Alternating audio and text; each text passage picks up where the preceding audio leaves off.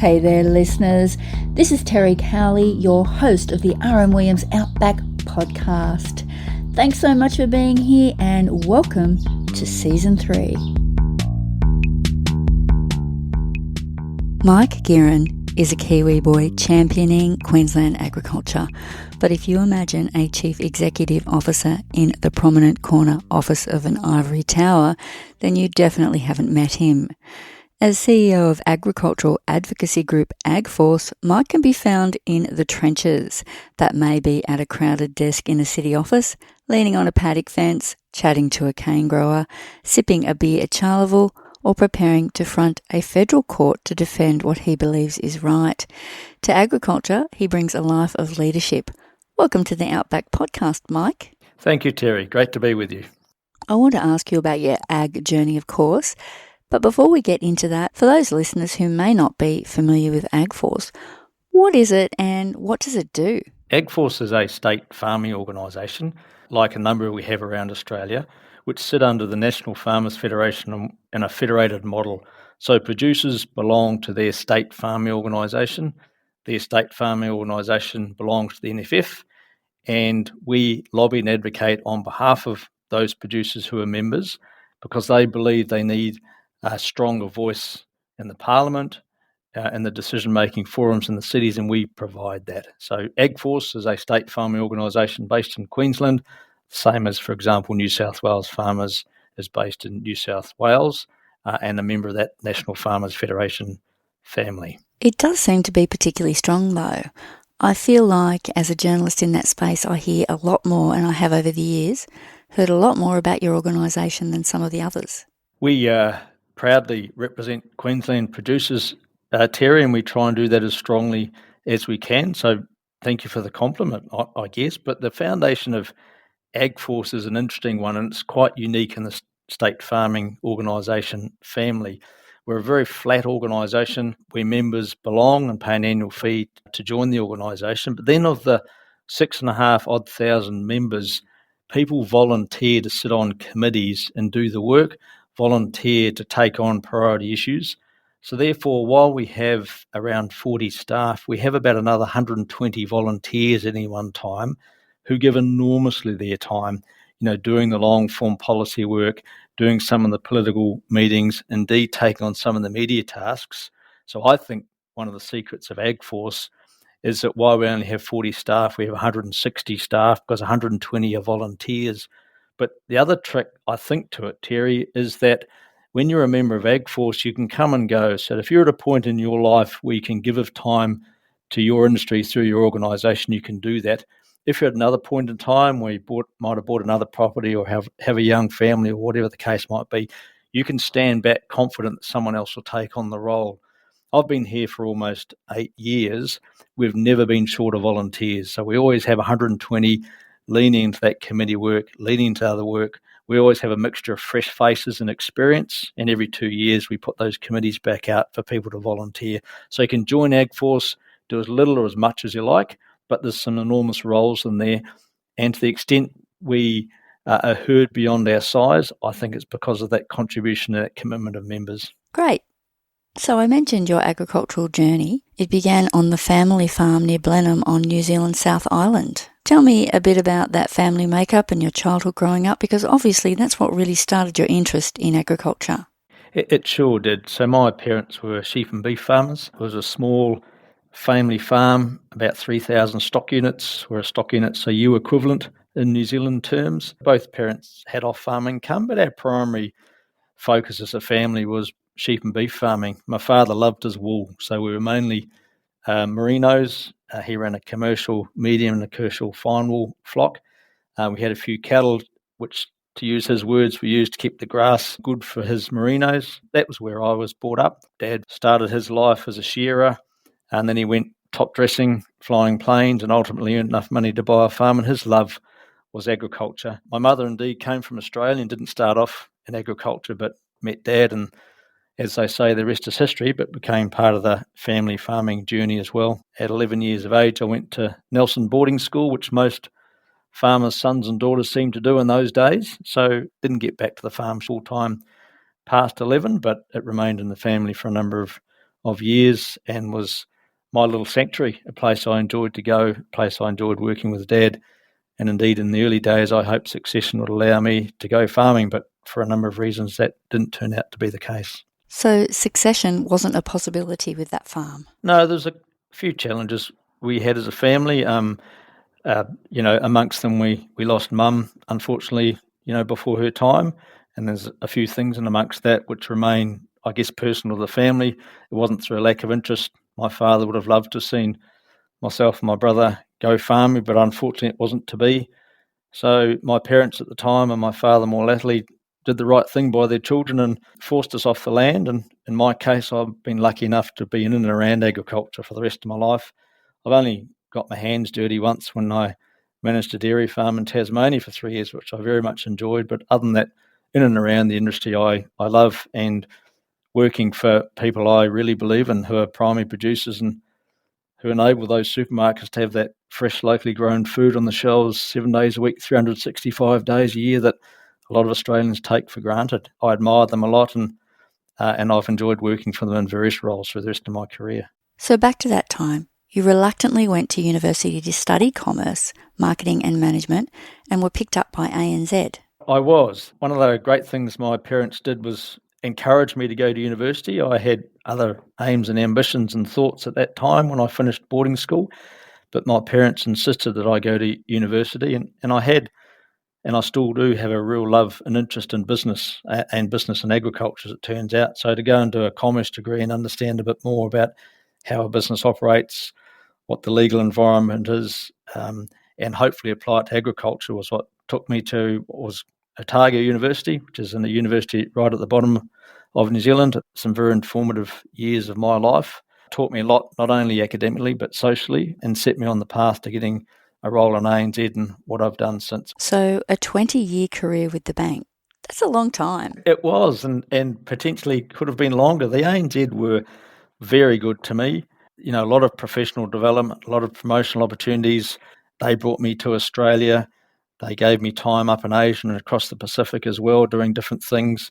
It was a wonderful 20 years. I left really because I wanted to broaden my career and stay working for producers in some way. So you're working for ANZ. It was closing regional branches and losing credibility in the regions.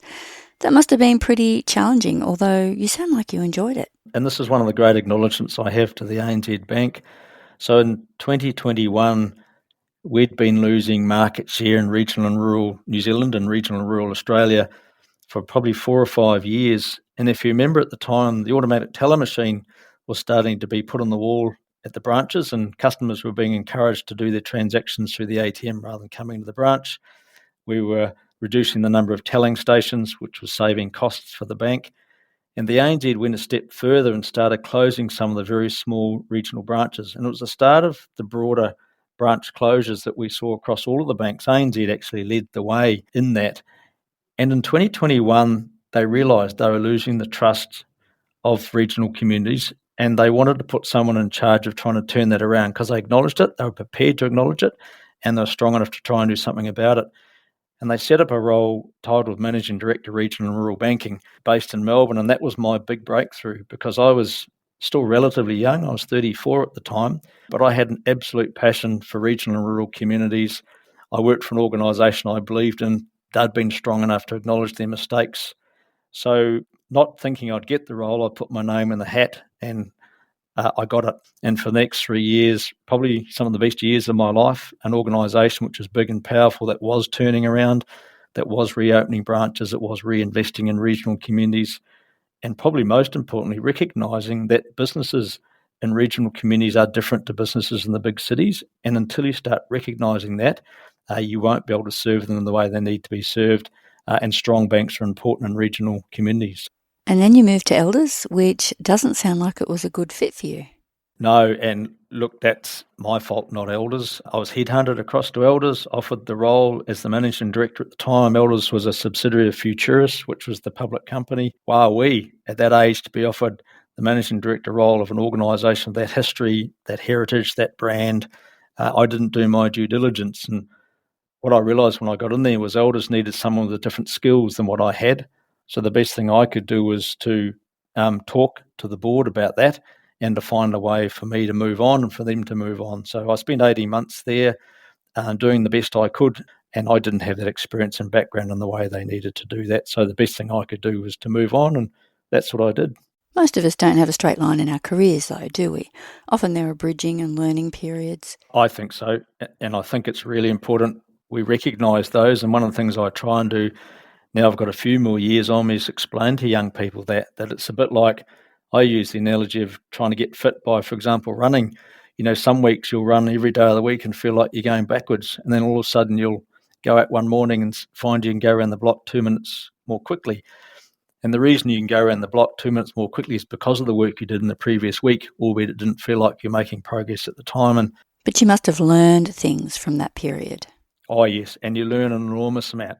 When you get into a very difficult position, you learn an enormous amount about yourself, but you also learn an enormous amount technically from what's around you and the challenges you have in front of you. And if you take those learnings, genuinely take those learnings, then they provide really good foundations for what you do from there on in. I have to ask now, are you a runner? I'm best described as a jogger these days. I used to play sport, not well, but I enjoyed it. After I finished playing sport, I travelled a lot with work. I was with the ANZ in roles that in those days it required a lot of travel. So I found the only thing I could do to keep a modicum of fitness was to run, because you could fit the running shoes in the bag when you packed on Sunday night. So I would never describe myself as a good runner, but I came to enjoy it. It made a difference to me. It kept me fit. Now, you mentioned earlier about dairying in Tasmania. So that came after the elders period, and sounds like it was a really great circuit breaker for you. It was, and it's funny how things come along to help when you need them, and how if you grab those, it makes an enormous difference to you. Despite all that went on at elders, it was a fairly tough period, and I learnt a lot, but equally I was feeling pretty drained at the end of it. And the dairy farm I went and managed was looking to raise equity as well as run the dairy farm, so I could bring my banking experience, my capital raising experience, along with my general knowledge of farming from being brought up on a farm, and obviously had to learn how to milk cows and other things. But I brought something to the business as well as the business giving me something, which was a bit of sanctity and peace. And right then, after the elders experience and after the ANZ years, I felt I needed to get away from the corporate world, and the ideal place to do that was to go on to farm. And I was lucky enough to get that opportunity in Tasmania, and it was 3 glorious years in one of the most beautiful parts of the world. Tasmanians are wonderful people. It's a little bit like New Zealand and climatically, so we had cold winters and wet winters, which is good for dairy farming, but a great 3 years for me back on the farm, resetting myself emotionally and just enjoying contributing to a great story down in the northwest tip of Tasmania at the time, the Van Diemen's Land Company. So that really made you ready for a new challenge, I'm guessing, and you headed off to what in those days was called RIDIC, the Rural Industries Research and Development Corporation, which I think now is known as AgriFutures. So my foot back into the commercial world, and again a great mix between a company and organisation, in this case a research organisation, and the industry I enjoyed in the Rural Industries Research and Development Corporation. And that organisation still does, but it used to look after the little guy, for want of a better word, as well, the new and emerging industries. The big ones had their own research and development corporations, still do. We've got 15 R&D corps now in Australia, but RIDIC, as it's called, looked after new and emerging ones that weren't big enough to have their own research and development corporation, and just ensured that the diversity in Australia's agriculture industry continued to expand. We continued to think about new things to farm, new commodities and products, and RIDIC doing the underpinning research work. So a great tentative step back into the corporate world, aligned with and working for an industry I knew and loved, and also, like a lot of the other jobs, an element that was new to me, so learning for me as well. So the research and development piece was the learning for me in there. I had never had any involvement with that side of things. So again, I could bring my commercial experience and background along to contribute something, but also I had something to learn from them. And that's one of the things I've been very lucky with, I think, in my career.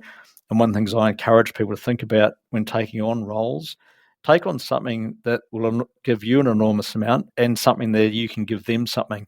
So it's a bit like, again, the old analogy, a good marriage. If both sides are winning, it's got more chance of holding together and providing real strength for both parties. And you also worked for the South Australian government. I did. I had a 3-year contract with them, which had very little to do with agriculture.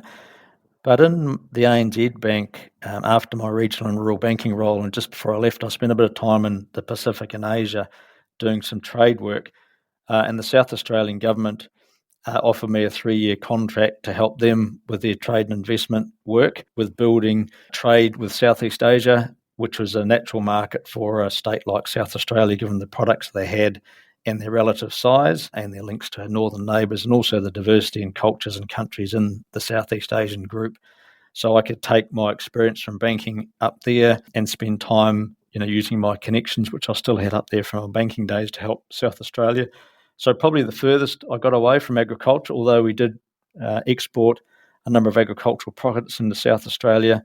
Things like live lobsters and horticulture, a couple of big ones out of South Australia. And the learning for me in that was being inside of the government, which has helped me since with AgForce and other things, because until then I had no idea how government worked. And if you have been in the private sector all your life and you go inside the bureaucracy, it's quite different to what you expect. There are different ways of doing things. Yeah, so I, again, think I was contributing something to them with my experience, but equally I was getting something out of it. I was learning about the inside of the bureaucracy. I didn't, and I never do want to be a public servant, but to spend time and then learn about their challenges and the way they have to work, incredibly helpful. And then you were appointed CEO of Grow North, where you worked alongside David Crombie, obviously a big name in Australian agriculture. In reading about your relationship with him, I was really reminded of the importance of mentors and role models. David was and continues to be, although I don't talk to him that regularly at the moment, a great role model for me, somebody who I worked with on the Northern CRC at the time, but over the years has been a wonderful role model to many people, including me, has contributed an enormous amount to industry. He's off the land himself, led the NFF for a while, understands the commercial side, the political side, the lobbying side, has given his life to it as a very senior leader. And I had the absolute privilege of a little under 2 years working directly with him, where he chaired the CRC bid and I sat in the CEO role, and his job was to manage about 8 people out of various state governments and universities on the board, and my role was to manage the same number of people in the management team. And so there's 16 odd of us all up, and we put together a really good bid. But the learning you get from working alongside David directly for a period of time is enormous and something I'll never forget. So your tenure at AgForce began in 2017, and of course then we had COVID soon after that, so that would have put a bit of a different spin on things. Yes, so the AgForce journey has been a really interesting one, and I've been there almost 8 years now. When I was approached to put my name in the hat for the role, because AgForce had decided at the time they wanted an external CEO, it was another one of those great fits where I didn't have any experience in lobbying advocacy, so that would be the learning for me, and they were looking for someone with a more commercial background than the current staff they had on board. So again, a great fit. It's been an enormously powerful journey. There's been a great amount of change in AgForce over the period I've been here. COVID was one example of where things got tipped on the head a little bit. We had to think about things differently. But at its core, AgForce exists because producers lead a loud voice in the decision-making rooms and in the halls of power in Australia, because they contribute so much, but even more importantly, because they can contribute so much more. So whether it be food security, but also whether it be environment, climate, landscapes, biodiversity, regional communities, across so many elements, primary producers in Australia and elsewhere, but certainly in Australia and New Zealand, where I have the experience, are incredible contributors to community and to country across so many elements. And it's not well known or well recognised in my view, and that's one of the sad parts. So I enjoy doing my little bit, and organisations like AgForce are set up to do exactly that, to make sure that that powerful leadership voice from primary producers, the deep knowledge they have of landscapes, are in those rooms when decisions are made, are in those rooms when we think about legislative reform, so that we have all of that deep insight around landscapes, for example, sitting in the room when those important conversations are had, sitting in the room at the United Nations when we're thinking about development goals and food security, sitting in the Task Force for Nature-Related Financial Disclosures, a voluntary organisation up in Europe, when they start thinking about nature-based reporting, making sure those voices are in those rooms, because they are incredible people. As I said, they're very good leaders. They understand their landscapes, and it's important they are in those rooms. So looking at your time at AgForce, obviously one of the big things you've dealt with is when the organisation filed court proceedings against Federal Environment Minister Tanya Plibersek over mining company Glencore's plan to inject carbon dioxide into the Great Artesian Basin. So again, I imagine that would have been an all-consuming project. It was, and this is a great credit to the AgForce members. It was the most consequential win, I think, in Australian history, certainly in AgForce's history, where we took on the federal government and a global mining giant and won in the federal court. And it should never have got there.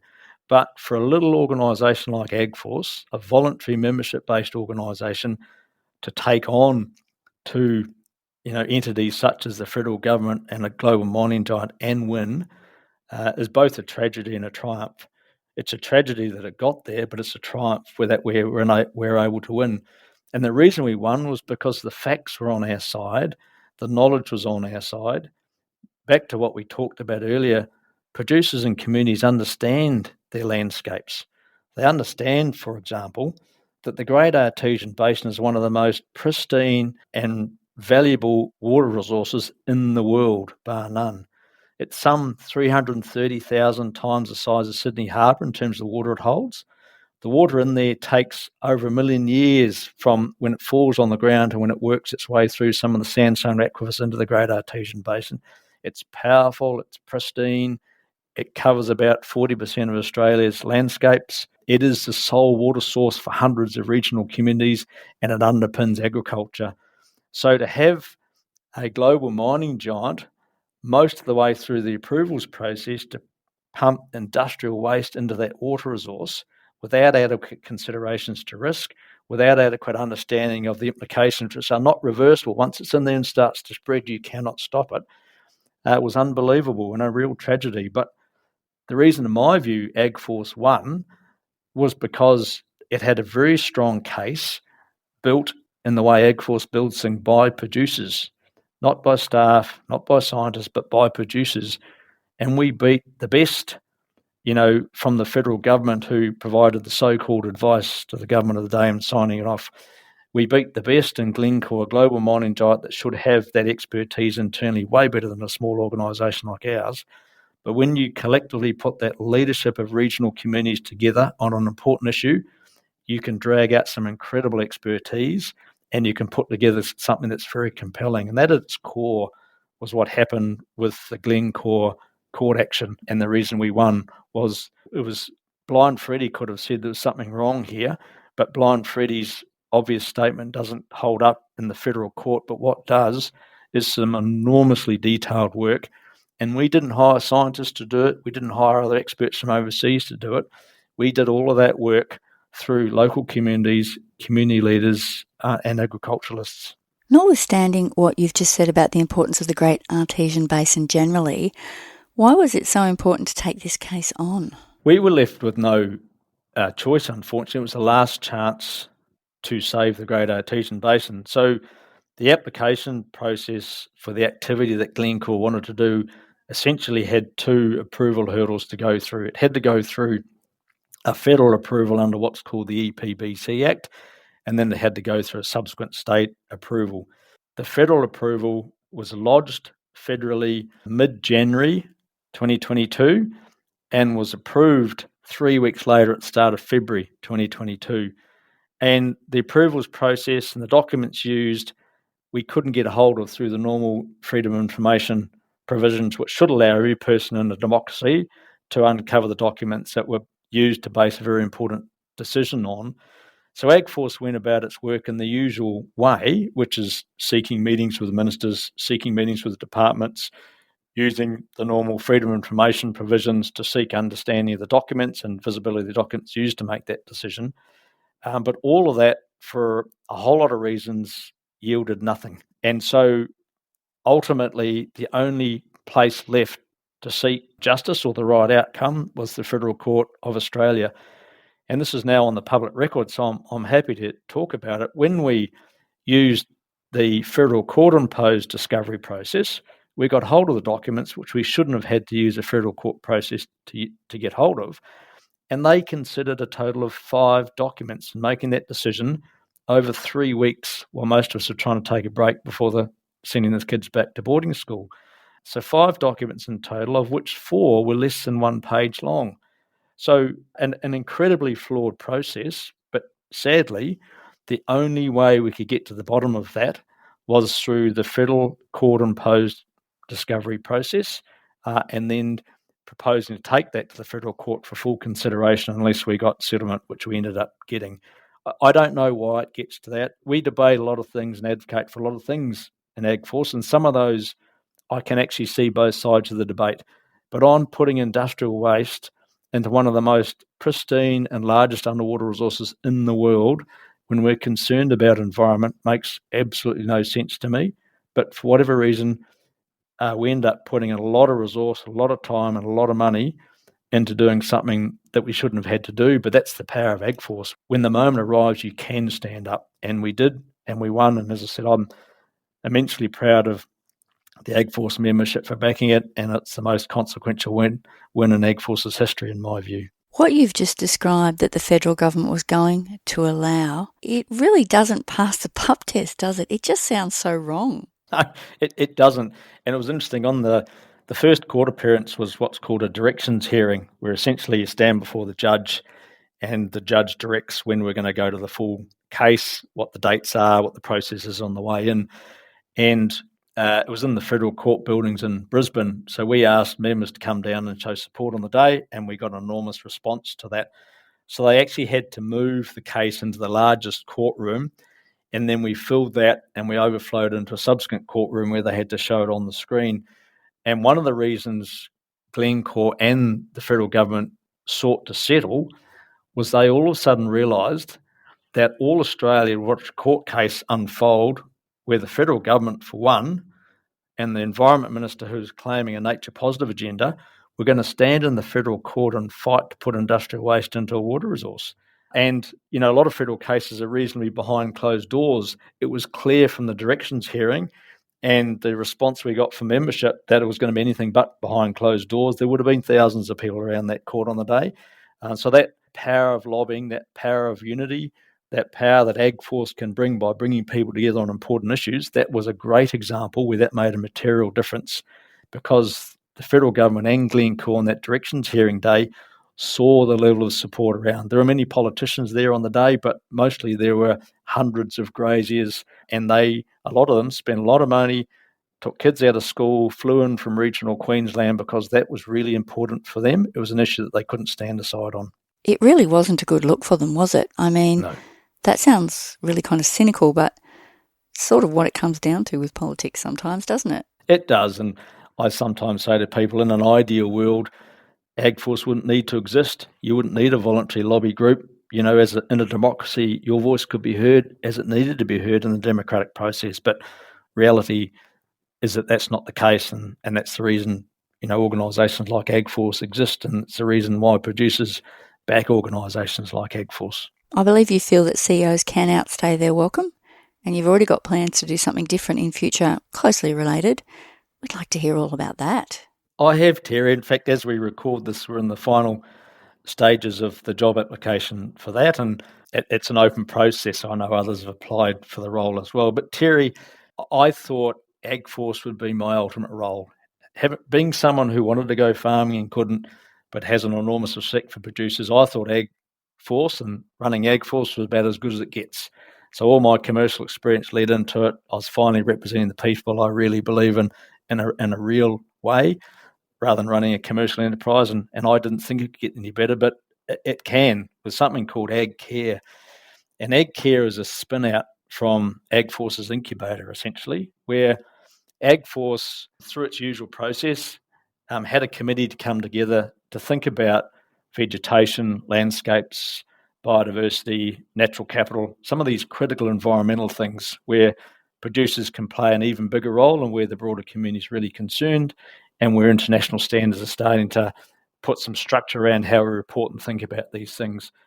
So a group of producers in AgForce said, well, gosh, we need to build a way of understanding our natural capital assets on property so we can contribute to this and show that we're contributing, that we can baseline our natural capital and environmental assets, we can manage them, we can indeed leverage them, but we can also tell our story about building economic productivity, but also environmental productivity. So they built AgCare from the ground up over about 5 or 6 years to what it is now. On the way through, they brought scientific bodies like CSIRO and ANU in to test to ensure that it was valid rather than just a back-of-the-envelope exercise by a bunch of producers. And what they built was something pretty special enough that AgForce's spun it out, so it's now a separate entity. It has been since July 2024. It has a separate board, and it aims to do two things. It aims to build a business where more value stays on property through recognising, managing and leveraging natural capital, and it also aims to build the story of producers around this natural capital environmental piece, so aligned to AgForce's objectives as well, if you like. And they're now in the market for a permanent CEO, and I've been looking after the role till now, but what a way to finish a career if I can, and I'm lucky enough to get the role, and this will be my last role if I got it. What a way to finish, to be in a role that actually puts enormous value back in the producer's pocket for them to manage and leverage as only they can manage and leverage. Producers know their land better than anyone else. We've often heard that said, but until now there hasn't been a way to measure it and to allow that value to stay on property and allow us to recognise what producers are doing for their landscapes in a measurable way and to allow them to get value for that. So in other words, to manage and leverage those assets as you do other physical assets. So it's unique, I would argue, in the world. It doesn't have a peer. It's a producer-built system to ensure that the producers are at the table in this conversation. And indeed, a few weeks ago, the Australian Bureau of Statistics released its first annual accounts trying to give a value to Australia's ecosystem, which is essentially the natural capital assets of Australia. And it's valued those at $43 billion. So that's the value, and it's directionally right, and the ABS will get better at each year, but it's $43 billion. 53% of Australia's landscape is managed by pastoralists, graziers and producers. So on simple maths, there's about $21 or $22 billion worth of value that should sit with the producer, and they have the opportunity to manage and leverage that, but also the obligation to manage that. And AgCare allows at a property level to describe in a scientifically valid way what your part of that $43 billion is, what the components of it are, and how you can use that to be building biodiversity, to be building carbon sequestration, to be building environmental outcomes alongside lifting production and productivity. And the AgCare model shows that the two of them go together. So it's a great spin out. It's a great vehicle. It's an incredibly powerful platform. It's got a great board. The producers that built it are amazing leaders, incredible people that run their own properties around Queensland. And I've got my name in the hat for it. And if I'm lucky enough to get it, then that'll be the last few years of my career. And what a way to finish. I'm a very, very lucky person.